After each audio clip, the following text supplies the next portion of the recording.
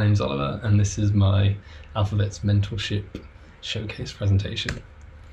So there's me and Eleni. It's I guess the only photo there is of us on Zoom. So of course it had to be on Zoom. And what we did was these weekly design briefs and feedback sessions the week after, which each one would teach me new skills, and it was really good for the limited time that I had because of uni work. It also meant that I didn't get too close and too precious to each project, which allowed me, I guess, to learn a lot more. So the first project was the word corona. I mean, this was way back at the start of the pandemic. And it had to be a black weight and high translation contrast.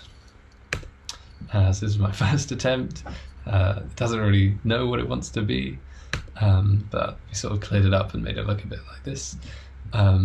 So it's got these brushy serifs instead of what it had before.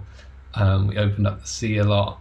We made the stroke widths more consistent, and we added a few more characters. So yeah, this taught me sort of about the difference between translation and expansion, and about like finding a consistent style. So the next project was the word bubble, and it had to be a black weight but in an outline. So this was something I'd never done before, but here you go. It was, at first the outline was like really rigid and lifeless, but we gave it some subtle width variations to make it a lot less sterile. And this like really helped train my eye for subtle variations and forced me to explore something totally new. So that was really cool. So the next task was a set of numbers for the shirts of my local football team. So this is one of the really cool things, is that all the projects were like tailored specifically to my interests. So this is what I came up with, just based on this sort of strict geometric rule and pattern. As you can see, the the 8, sorry, needs a bit of work, and there it is on. I just photoshopped it onto their kit. It doesn't look that legible, so they probably wouldn't use it. So yeah, and they sort of taught me about how to apply like optical adjustments within a strict geometrical grid, and also just about how to distinguish numbers from one another. So the next one was all caps sans serif in a regular way, and I had to do both the backslant and the italic. So here it is. And I think what this taught me was just about how to slant both complex and simple letter forms, and also like how slanting it really like distorts the characters and how to deal with that. The next one was really cool. It was black letters. That's something that I've been interested in for some time.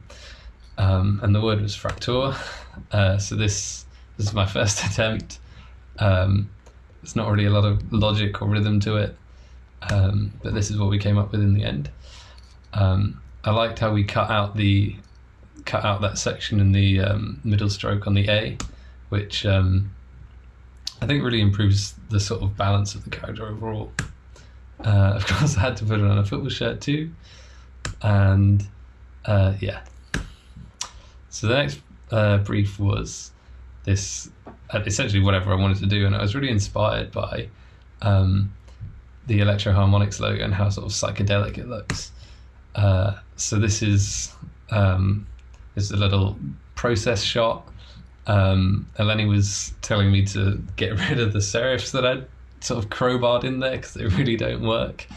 And I disagreed at first, but then absolutely changed my mind because she was totally right. So this is the final piece where it's at now, and just some lyrics of a song I like. And yeah, I think this really helped me to sort of, it gave me confidence in exploring sort of more creative type solutions instead of sort of just trying to go by the book a bit. So yeah, thanks a lot.